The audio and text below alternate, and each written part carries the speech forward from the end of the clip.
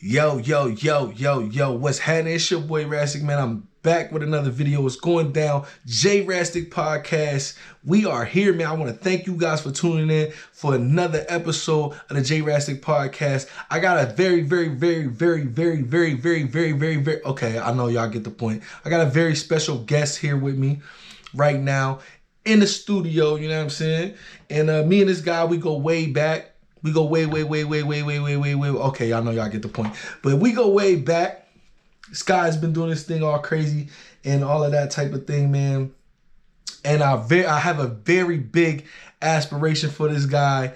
I admire him to the 10th power. You feel what I'm saying? So without no further ado, without me just doing too much and just going over the top with the intro, got my man in the building, man. C Brown, you gotta make some noise.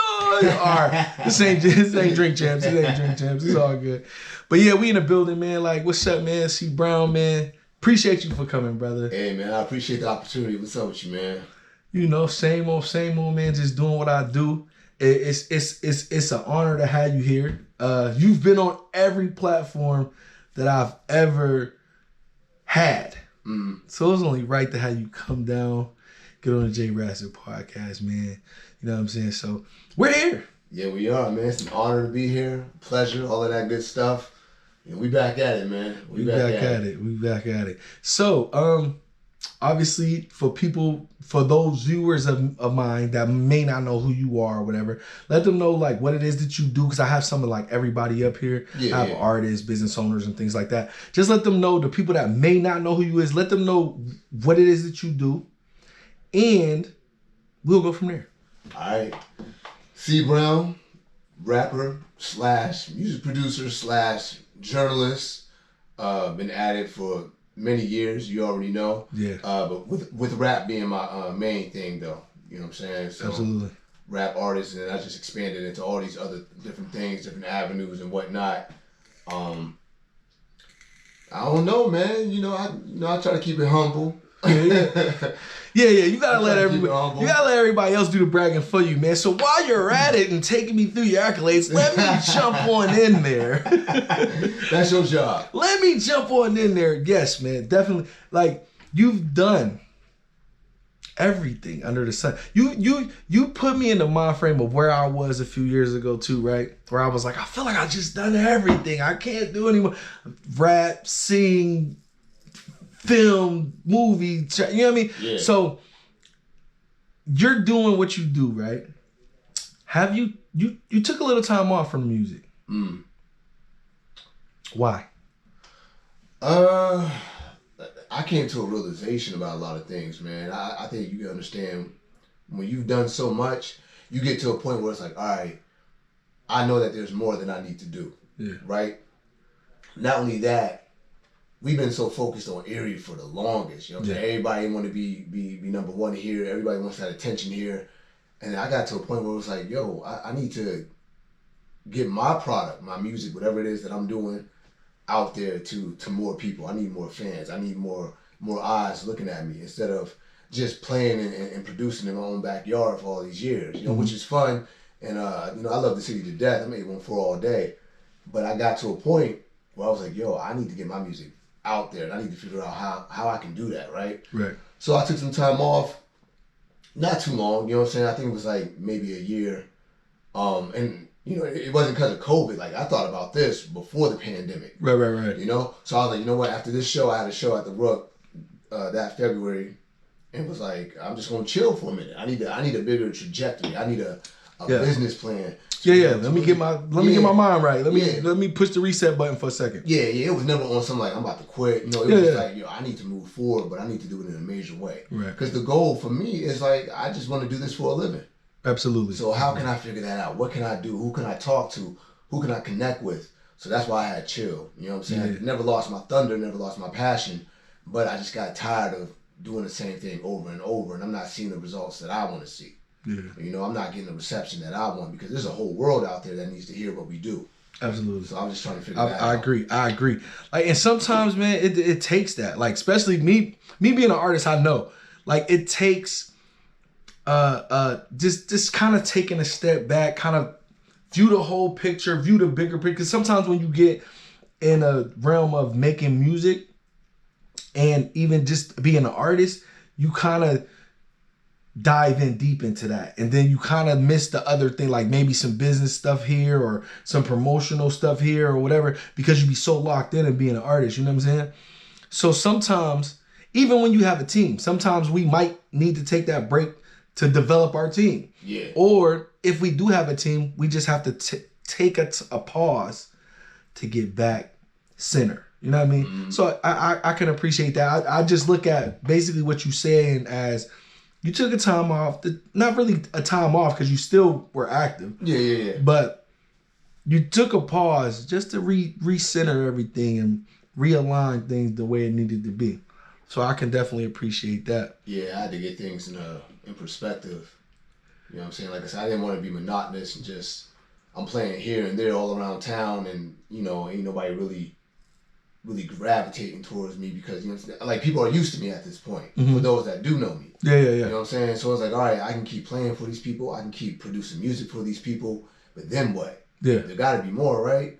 So that's why I had chilled for a little bit, and I had to realize not only what I needed to do, but my worth. Like, sometimes we forget our worth. Mm-hmm. You know, I didn't want to get locked into that I'm number one in the city mentality. Yeah, you know what I'm saying? I didn't want that. You know, and it's easy. It's real easy, yeah. Especially here. I was like, no, that's not the goal, because even when you do become number one, you know what I'm saying? You and I became number one several times in people's minds. Right. Over the years, too. Over the years, and still are to a lot of other people, right? Right. But it's like, then what? Then what? Yeah. You see this is my then what? Yeah. Let's get this podcast thing going. I noticed, you know what I mean, you said journalism. Yeah. Mm-hmm. And I know you've reached out into other areas of, you know what I mean, media. Mm-hmm. Take me through some of that. Take me through how that became like a thing. Like, cause I know you write for the Erie Reader, right? The Erie Times, right? And now a validated magazine based out of Brooklyn, New York. I was gonna get to that too. Mm-hmm. Out of New York. Matter of fact, let's just jump to that. I'm one of those sporadic people. All right. I was going somewhere else, but let's go to that. Yeah. The situation in Brooklyn, New York. How did that come about? Real simple, man. Real small. Like, so Validated, I've been following them for a while. Mm-hmm. And they had posted something on their IG, like, yo, we're looking for writers. Yeah. My man P.A. Dre, shout out to him. Shout out P.A. Dre. What up? Yes, sir. He tagged me in they post. Mm-hmm. I inboxed them, exchanged numbers, talked to them, let them know what I do, mm-hmm. and how I go about things, and my love for hip hop and all of that. The dude was feeling me, and that was it. Yeah. That was it. I wrote 2 articles for them so far. I just talked to them today. Gonna start working on another one. So yeah, that was a real easy process. It ain't like I went out to Brooklyn, right, on some backpack shit. Just had to beat down doors. And run down on the CEO in his car. And right. And you ain't got to do that. Just exchange some info. Yeah, that's it. Absolutely, man. that's what's up, man. I can appreciate that, man. When I seen that, I was just like, yeah, man. That was like a proud moment for me. Like, I was like, yo, like when I see people do things, I always look at it. I feel like it'd be me. Like, I'm like, that was like a proud moment. I'm like, yo, that's my man. Like, he been putting feet to pavement. He been putting in the work, and then to have like a real media outlet like extend their hand to you and how you be able to, you know what I mean, write articles for their platform. It was like, that was just so dope for me. So that was a proud moment for me, man. And I think a lot of other people in the city probably felt the same way. You know what I'm saying? So like, yeah, definitely. So how did we come about with the Erie Reader and the Erie Times? Erie Reader, I was just a fan, right? Mm-hmm. So, you know, long time ago, I was cleaning this building. I was a janitor, and I saw these magazines, Erie Reader. So I would pick them up. I'd be like, yo, what is this? Because it was telling me about what was going on in town, what's about to come up next, and all of that. And, you know, interviews with other artists. I was like, yo, this is dope. Like, this made me more, you know, proud to be in Erie, because I didn't know all these things were going on due to this publication.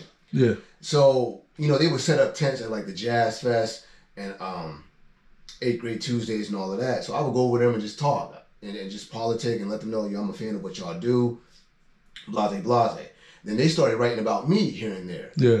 So we started forming a relationship. So then one day at the Jazz Fest, I forgot what year this was, it was like, yo, if you have any ideas, you know, you can write for us too. I was like, all right, cool. So they hit me with an article. My first one was this group based out of Cali. And so I wrote about their show. They had came here and performed. And then I just kept going. Just kept going, writing about events. They kept giving me stuff to write about. And then next thing I know, you know, I'm making a little bit of money off of them. Just by being a staff writer. Right. I'm like officially with them and like, oh, this I could get used to this. Yeah, it was cool. You know what I'm saying? Like, I'm still freelance, but like I'm more in with that crowd. Right. You know what I'm saying? So once I started writing for them and I started to really enjoy it, I was like, yo, let me take my writing to the Erie Times as well. Yeah. And so I sat down and talked with them, and they knew that I was working for the Reader.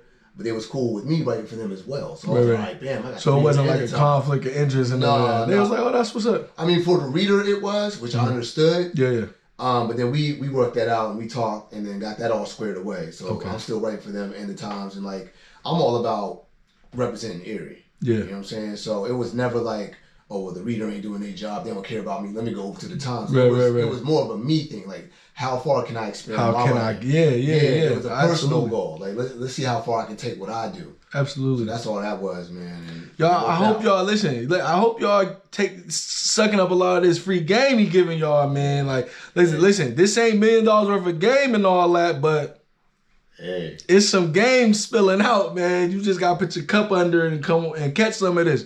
Right. But the Erie Reader and Erie Times, like that's dope. Like, and then you reaching. You're that shows you that your reach can be astronomical. Yeah. Your reach is like there's no limit. You know what I mean? Sky's the limit to the things that we can actually do and continue to do. You know what I'm saying? So definitely big up to that. When you were a kid, right? I want to tap into the psyche and all that. I try to be a psychiatrist sometimes, right? Yeah. So when you were like younger, did you indulge in like magazines, and like if you did, which ones? Like I used to like the Vibe magazine. Oh man. And stuff like that. So like, did you indulge in those magazines back in the day? Man, I did, man. I think on an accident. Like I was that kid at Atkinson Barbershop. Yeah. You know what I'm saying? On 21st. Oh, and they used to have all them joints on it? Yeah, man. When they had Ebony and Jet and all that. So, you know, you sitting there as a kid, you waiting to get your hair cut, you bored, you know what I'm saying? Like, they got Mario on TV and Jerry Springer. Like, you ain't really trying to, you ain't trying to watch it. Whatever. Kid, you know? What's these magazines about? So, I started noticing that, like, the people that I like on TV was in these magazines getting interviewed and whatnot. So, like, okay, boom.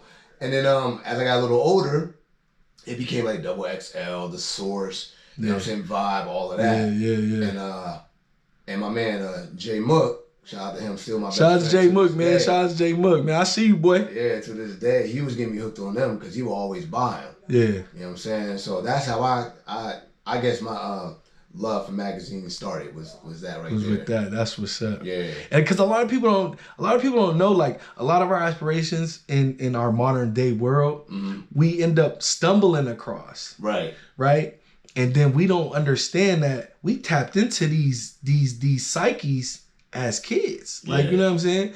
And it's like, yeah, we love music, we love to do, but like journalism and music go hand in hand because we're, as hip hop artists, we're journalists anyway. We're giving our experiences, our personal life experiences, what go on behind closed doors and behind the scenes.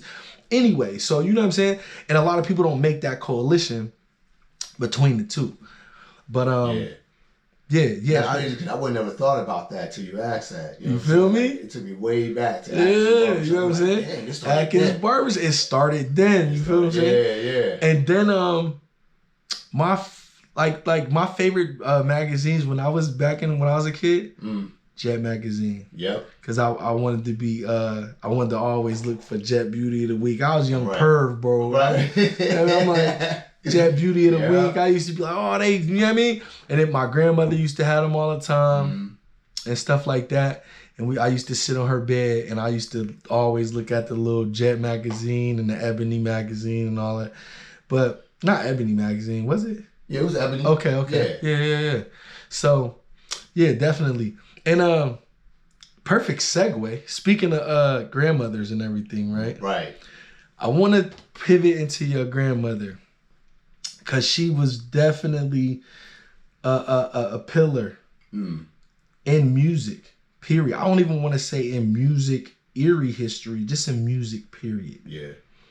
Absolutely. Mary Alice Brown, right? Yep. Take us through growing up and being the grandson. Whew.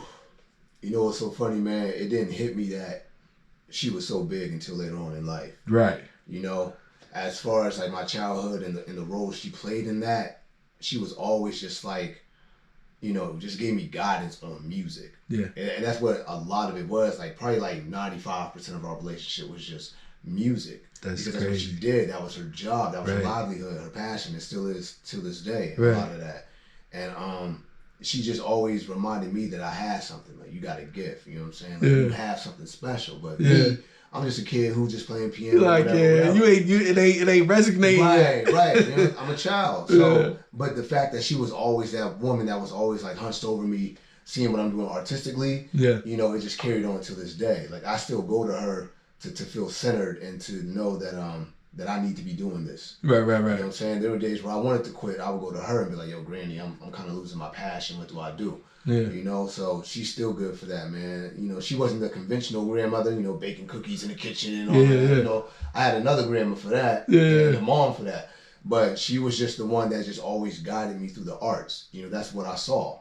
Mm-hmm. So, yeah, man, growing up with her, it kept me artistic. I wouldn't change a thing. You know what I mean? Absolutely. I would want her to be the traditional grandmother. Absolutely. Because we wouldn't have the Charles Brown of the world that we have now. We wouldn't have to see Brown that tearing down shows, rocking it, like, you know what I'm saying? Yeah. So because that was just always curious to me to like, I'm like, dang, what was that like? You know what I mean? And then the fact that you saying like a lot of it was music. And she would talk to you about certain things and things like that. And going back to our childhood like that, just that upbringing or even being around it, having that influence can go such a long way. Right. Like, you know what I mean? For you being the person you are today, like, you know what I'm saying? That just has to be dope, like to grow up with a person that's older than us that has that appreciation for music. Because a lot of people in our era, our moms or our dads or whatever, they steered us away from music. Yeah. It was, that's just a hobby. You can't really make us, you know what I mean? Yep. So to have somebody that that knows where you can go with it and that encourages you, that's a dope thing, man. I appreciate that. Yeah, man, she's awesome. Like I said, I wouldn't change a thing. Because of her is why I'm sitting here. Right. You know what I'm saying? I don't know what else I would be doing if it wasn't for her being as creative and artistic as she is. Absolutely. Thank you. Yes. Grandma Dukes, Mary Alice Brown, we love you. Thank you for the input and thank you for inspiring this great hip hop artist that we have in front of us today. The world is appreciative to you for all the great things that you've done for us. Flowers, musically. Flowers. You feel me? Gotta give her flowers. Gotta give them. Performing.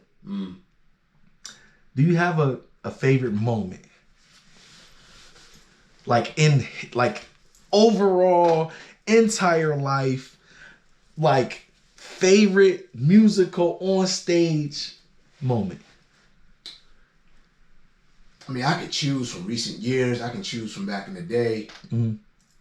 I mean, I got a few of them, man. Like when I did 8 Greats for the first time. That was big. That was huge, you know what I'm saying? Yeah. Because it was bigger than me. Yeah. Like that was for Erie hip hop. Yeah. You know what I'm saying? I don't think a lot of people understand that. They like, didn't. That was the self thing. That was, It was me in the spotlight, of course. Yeah. But it was different. But it was different because it was me saying, well, if I can do it, y'all can do it too. Absolutely. You know? Hip hop is here. Yeah, we here and you can't dismiss us. We're a real genre. You know what I'm saying? We have something to say. So that moment right there and just seeing so many familiar faces, you know, from the Erie scene, from the Erie hip hop scene was like, yo, we here together. Like it ain't just me on this stage. Like, yeah, absolutely. That's how I felt. Not to cut you off. Yeah, no, you good. That's how I felt when the 8 Greats happened. Yeah. We all was like, yo, we going to 8 greats. Yeah. Brown on the stage. Yeah. The main joint. Yeah. Yeah. That's unheard of, like, bro. we going. Like, it doesn't make sense. Like, that's not supposed to happen. Absolutely. Listen, you know how, for everybody, let me look right here, look you square in your eye. Everybody, how we felt when Barack Obama won the presidency. You feel me? That's how Erie hip hop artists was supposed to feel. Like, yo, we here, we at 8 Grade Tuesdays. This is unheard of. Yeah. You feel me? So yeah, absolutely, bro. Like. Yeah. So is that it, or is it like tied with another? There's a lot more. Like when I think I did Celebrate Erie that same year. Mm-hmm. Either that same year or that following year. I can't recall. Mm-hmm. But just doing that was a big moment. Once again, that was Erie hip hop. Like, absolutely. Absolutely. I was the face of the change that I wanted to see happen musically. But it was for everybody, man. Like, yo, we can all break down these doors. You know what I'm saying? As long as we stay consistent, as long as we politic and conduct ourselves well, like, you never know how far your hip hop can go. Facts. That's a fact.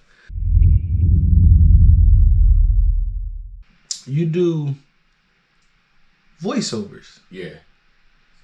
What does that entail? Like being a voice, like a voice actor, right? Ain't that what it is? Yeah. Being a voice actor.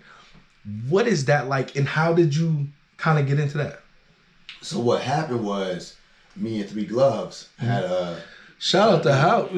Three Gloves. What up, though? You already, you know where we here. Yeah, man. We did a little short video, basically talking about me. It was called My Angel. Yeah. Basically talking about like how I stumbled upon hip hop and that became my passion and whatever. And I was doing the voiceover for it.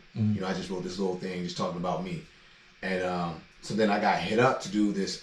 This is our Erie short film. Yeah. Basically, was a rebuttal against to CNN because they was talking bad about Erie and all of that, and so a conglomerate of people wanted to do a video to respond. Yeah. They needed somebody to do the voiceover for it, so they had like this big script. I got hit up to do it. Whoop-de-whoop. Here I am doing it, right? So that video led to like commercials and other, short films. Like I just got done doing one a few days ago. Yeah. And yeah, man, all my life people have been saying that I had a voice. I didn't always hear it. Of course, you don't always really hear what other people hear and see, right? Yeah. We are our own worst critic. Yeah, exactly. All day long.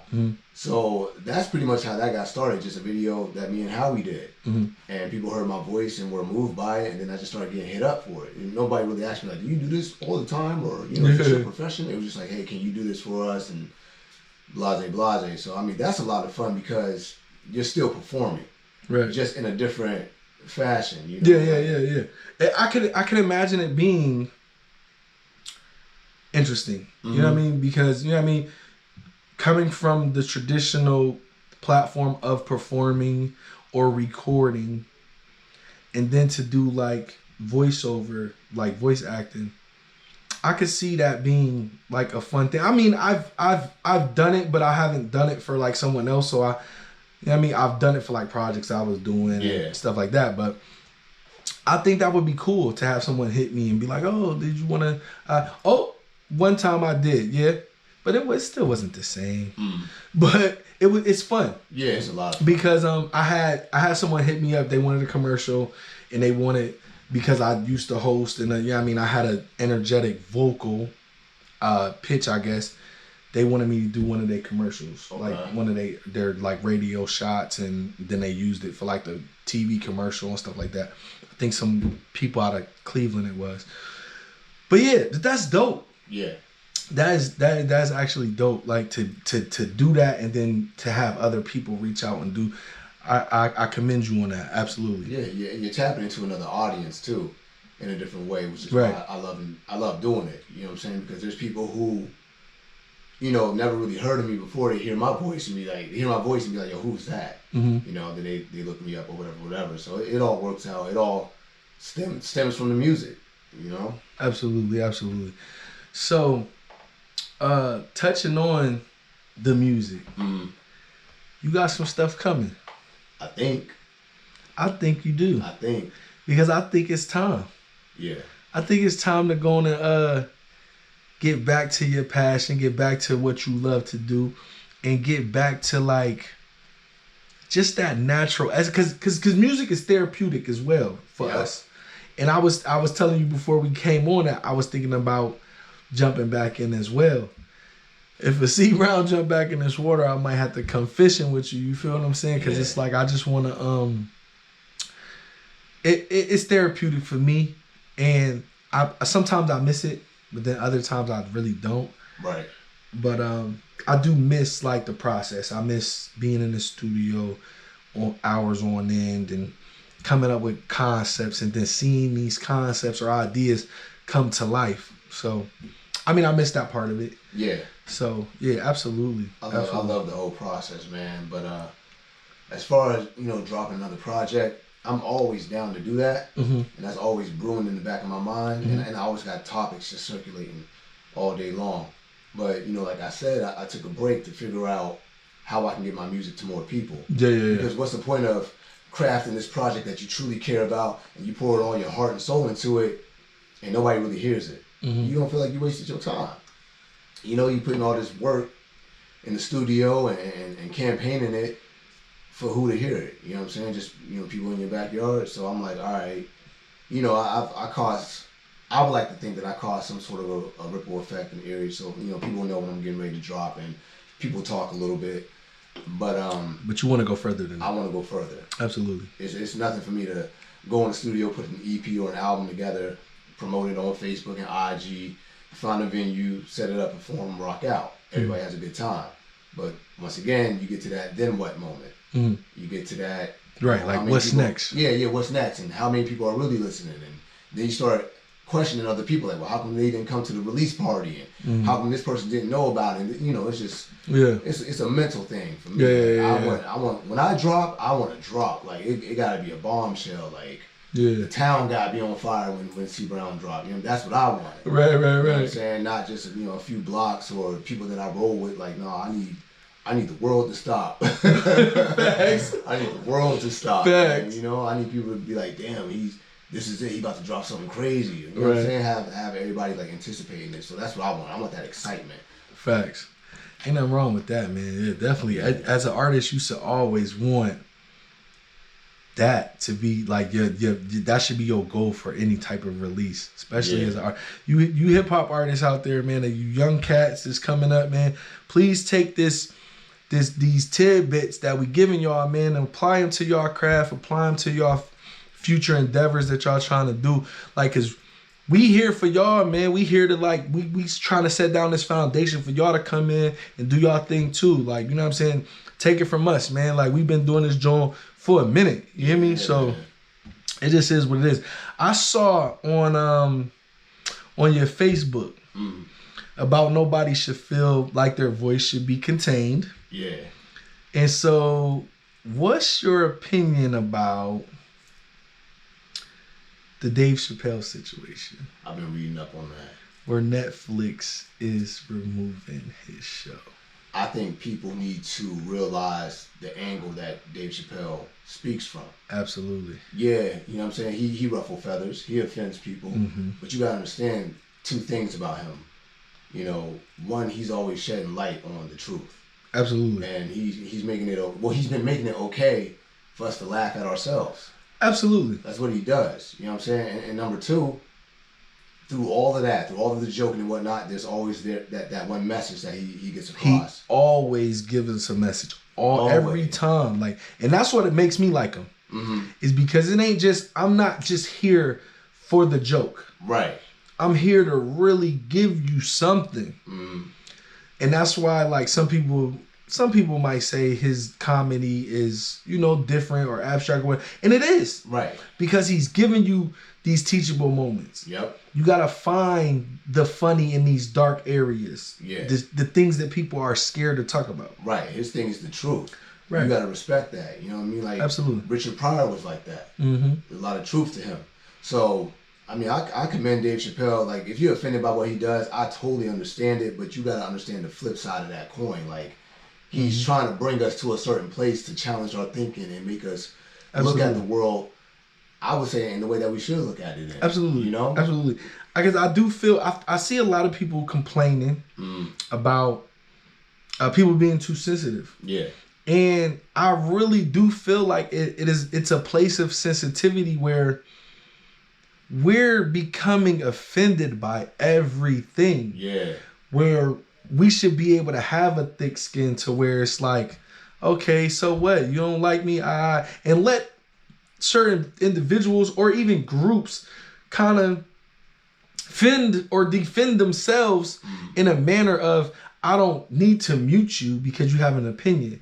I don't need to mute you because of whatever. It's my prerogative to not like this, that, and the third. It's my prerogative not to, I might not like ketchup on hot dogs. Right. And people might look, oh, you crazy. Ketchup is what go on hot. I don't like it though. Right. I like jelly on a hot dog. Yeah. I shouldn't be scrutinized that I like jelly on a hot dog. And I get like the members of the alphabet committee being offended, like, because they feel like they should be able to like who they like or be transgender if they want to be, and they can. They do. They can.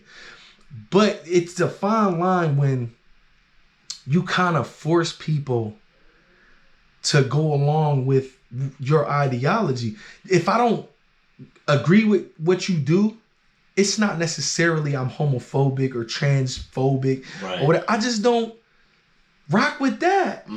That's like me saying you're straight phobic because you don't want to like mess with somebody that's the opposite sex. You know what I'm saying? So it's like it has to go both ways. We have to be kind of center in these discussions because there are sensitive subjects and they are things that people get a little feathers ruffled. But I felt like Dave Chappelle was the perfect person to do it because his last special he did it and they you know, people got offended, but it was a talking point and that was it. I didn't think it was gonna go this far, but then it's like now we have a moment to make another example. Because I feel like they took that DaBaby thing and made a moment out of it. They did. And Dave Chappelle knows what he's doing. He's psychologically amazing. He's a genius when it comes to that. Yeah. He knew putting DaBaby situation in his stand-up is going to force people to talk about it again. And force people to look at what really happened. So he can kill someone, career flourish, no problems, no anything. And he says some things that you guys perceive as homophobic. And it's like his career suffers from it.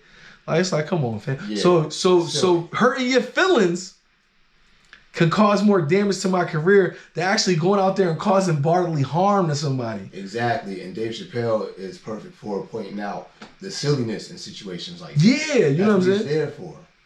And I don't think we should attack him for those moments. I just feel comedy, and this has been said a few times, comedy is a place where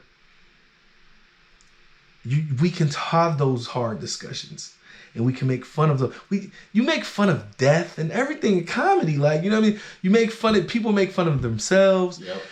You see like homosexual comedians making fun of themselves. It's like, okay, well, she or he can do it, but then this straight comedian can't do it. Like, it's just like, it has to go both ways. It can't be hypocritical. And it is what it is, man. Salute to Dave Chappelle, man, by the way.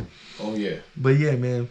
I mean, you got too many people on the side anyway. Like, you can't cancel Dave. Yeah, you can't. And that's why he was the right one to really take that approach with it. He's not even really taking a stance. He just put it in his special. And he knew, because even at the beginning of the joint, he even said it like, it's going to be my last special I do for a while. That's why I did it here in Detroit. Like, you know what I'm saying? It's like he knew the backlash that he was going to get from it. Because he knew he ruffled their feathers the last time. And he was like, here's the line, I'm finna push all the way through that jump. So he knew, like, you know what I mean? And that's the genius in him. And he has that warrior spirit of our old ancestors, the Malcolm X's, the Martin Luther Kings, and you know what I mean? Because he'll take that. So it's like he'll take that persecution or that scrutiny to make our people better, to push us forward. You know what I mean? And it's like, how can you cancel someone that walked away from $70 million? I mean, the like, dude got mad integrity. Like, he stands for something bigger than money. He stands bigger for than money. Like, it don't matter to him. Like, he canceled himself. Yeah. For like, real, for real. So you can't really cancel him. Like, you know what I mean? Yeah. So it is what it is, man. Hey. C. Brown, man. That's it, man. You got to get the hell out of here, man. Because we'll be here all night. Right. But I just want to thank you, bro, for coming on, rocking with me. I appreciate you. Everything that you're doing. I definitely got. I mean, I'm not Drink Champs and I'm not Nori, but I gotta give you your flowers, man, while you're here. Hey, likewise, brother. Because seeing all you guys that came up in the time that I came up, and to see you guys still being successful is definitely liberating. Mm-hmm. You know what I mean? It makes me feel good, and I just know greatness is still around. Yeah. You know what I mean? So I appreciate you, man, for doing what you're doing. I appreciate you for coming on the show, man. Hey, I appreciate you, man. Always. And then brother. when you get that, when you figure out, like, if you're doing a project or if you just dropping some singles and all that, come on back. I'm coming back. We're going to talk about it. Yep. And we're going to get it going, man. Oh, and I want to thank you also for also writing the article on my podcast. Definitely. Of course. I wanted to get into that too. So I appreciate you for that. Anytime. Always. So I'm going to be looking out for another interview for the But let's do it. Yeah, man, you already, man. I appreciate you. All that. Thank you, man. Thank you. It's going down, man. Team Rastik, we won the division. My man C. Brown is in the building, man. Yeah. We out of here, man. Team Rastik, we win the division. Without you guys, there's no me. So you guys are the real MVP. You dig? I love y'all, and we out of here. Yeah, there. Ha. Bang 'em.